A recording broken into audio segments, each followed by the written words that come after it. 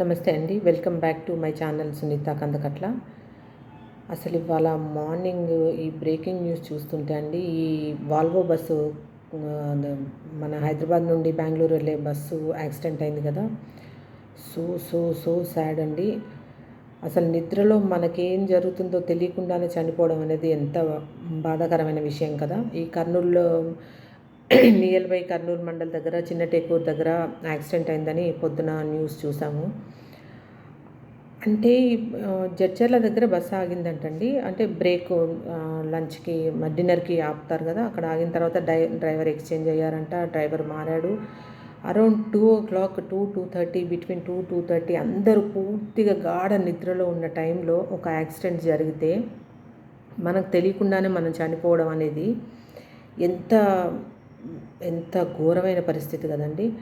ఆ టైంలో ఒక బైక్ వచ్చి గుద్దుకున్నప్పుడు డ్రైవర్ ఒక బైక్ గుద్దుకుంటే ఆపడండి.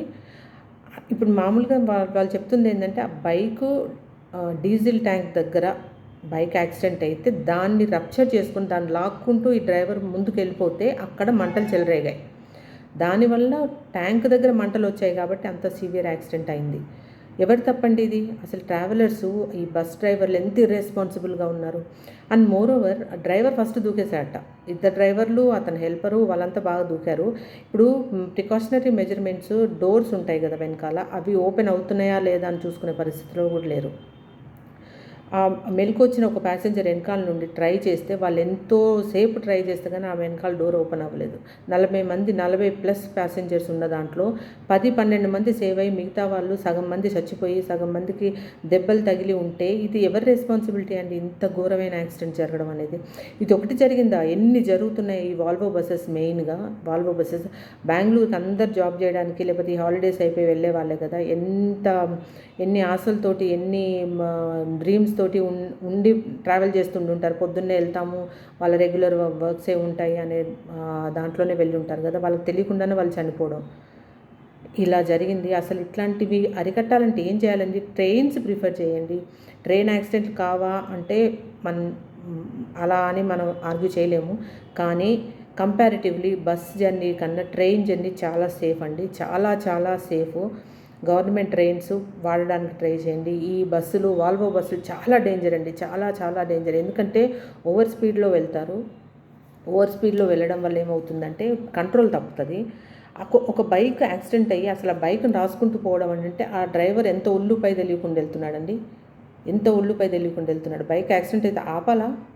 అసలు ఒక అబ్బాయికి యాక్సిడెంట్ అయింది, ఒక బైక్ గుద్దింది అని అంటే ఆపి చూడాలా? అలా లాక్కొని వెళ్ళడం వల్లనే జరిగిందని అంటున్నారు. అది మోరోవర్ ట్యాంక్ దగ్గర రప్చర్ అయ్యి ఆ అబ్బాయి బండి రాసుకుపోవడం వల్ల మంటలు చెలరాయి అని అంటున్నారు. ట్యాంక్ దగ్గర అంటే ఆటోమేటిక్గా మంటలు వస్తాయి కదండి. అప్పుడు ఆల్మోస్ట్ మంటలు ఎక్కువ అయిపోయిన తర్వాత కానీ డ్రైవర్కి తెలియలేదండి.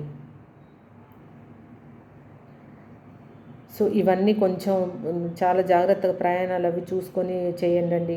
చాలా జాగ్రత్తగా చేయండి. ట్రైన్లో ప్రిఫర్ చేయండి. బస్సెస్లో వద్దండి. వాల్వో బస్సులు చాలా డేంజర్గా ఉన్నాయి.